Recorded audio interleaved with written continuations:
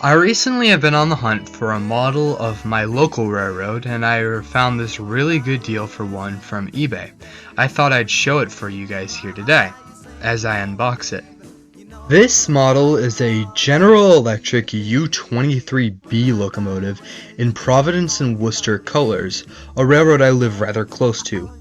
I prefer this livery over the later ugly yellow and brown under Genesee and Wyoming ownership.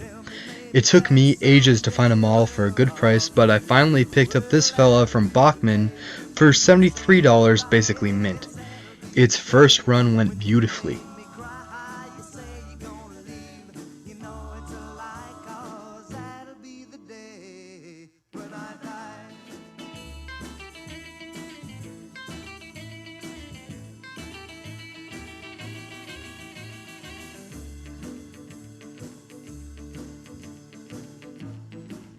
Overall, I'm very happy with this purchase. It looks quite pleasing next to my CSX locomotive.